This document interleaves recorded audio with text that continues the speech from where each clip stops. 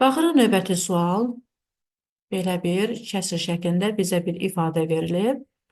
Burada nə edirik uşaqlar? Gəlin sürətdə bizə veriləni, yəni 7 vurulsun 7-ni bir-birinə vuraq və sürətdə yazaq. 7-ni 7-yə vuranda bizə 49 verir. İndi məxrəcimdə uşaqlar, bu 7 bölünsün 7-ni birinci olaraq sadələşdirəcəm. Yəni 7-ni 7-yə bölərəm, alarıq 1.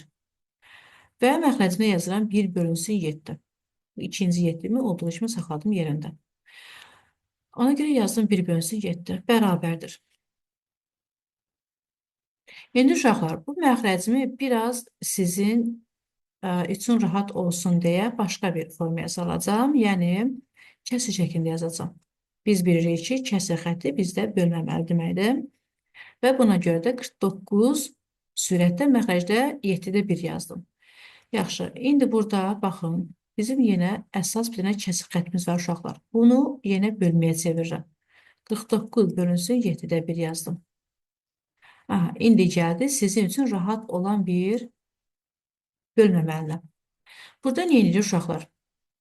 Birinci ədədimizi olduğu kimi saxlayırdıq kəsr bölmədə. Demişdik ki, birinci ədədimiz olduğu kimi qalır. İkinci ədədimizi, yəni bölənimizi tərsinə çevirirdik və bölməli əməlini vurma ilə əvəz edirdik. 49 vurulsun, 1-də 7 alırıq. Tərsinə çevirdim, 1-də 7 aldım. Və bu da bizə nə verir? 49 vurulsun 7. 49 da 7-yə vuranda uşaqlar biz 343 alarıq. Deməli, bu sualda doğru cavabımız 343-dür.